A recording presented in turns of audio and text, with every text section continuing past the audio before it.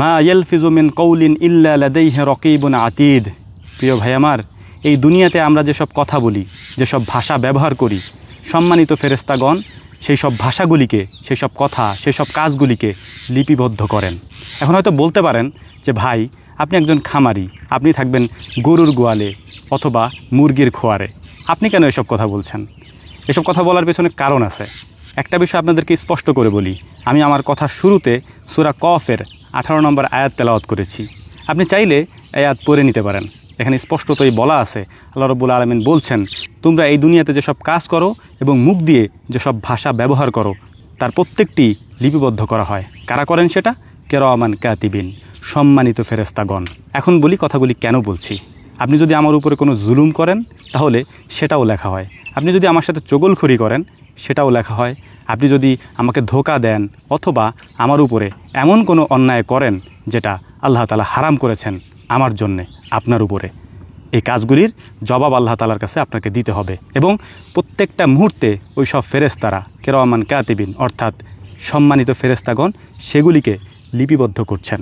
আপনি কখনোই আমার উপরে জুলুম করে পার পেয়ে যেতে পারবেন না। আল্লাহ তাআলা হয়তো সীমিত সময়ের জন্য আপনাকে ছাড় দিতে পারেন, কিন্তু এক সময় না এক সময় এটার জন্যে আপনাকে আল্লাহর কাছে জবাবদিহি করতে হবে। যেমন ওই যে কথাগুলি আপনি বলেছেন, যে কাজগুলি আপনি করেছেন, সব কাজগুলি, সব কথাগুলি লিপিবদ্ধ হয়ে আছে। এগুলি ওই ফেরেশতারা কিয়ামতের ময়দানে আল্লাহ রাব্বুল আলামিনের সামনে উপস্থাপন করবেন এবং কিয়ামতের ময়দানে এগুলির জবাব আপনাকে দিতে হবে। যদি না দিতে পারেন তাহলে আপনার যেসব পুণ্য আপনি করেছেন, যেসব সওয়াব আপনি দুনিয়াতে কামাই করেছেন তার একটা অংশ আমাকে আপনার দিয়ে দিতে হবে। অতএব দুনিয়াবি এই সব কথায় আমি কখনোই কষ্ট পাই না, খারাপ লাগে না, কারণ আমি তাওহীদবাদী মানুষ, আল্লাহ তাআলার একত্ববাদে বিশ্বাসী। আমি বিশ্বাস করি এই দুনিয়াতে আপনি আমার সাথে যতটুকু করবেন, আখিরাতে আল্লাহ রাব্বুল আলামিন সেটার জবাব দিবেন এবং এর বাইরেও দুনিয়াতেও সেটার জবাব আপনি পেয়ে যাবেন।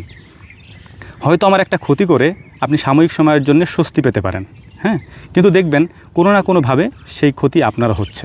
তখন আপনি হয়তো বুঝবেন না যে এই ক্ষতি আমার কেন হলো।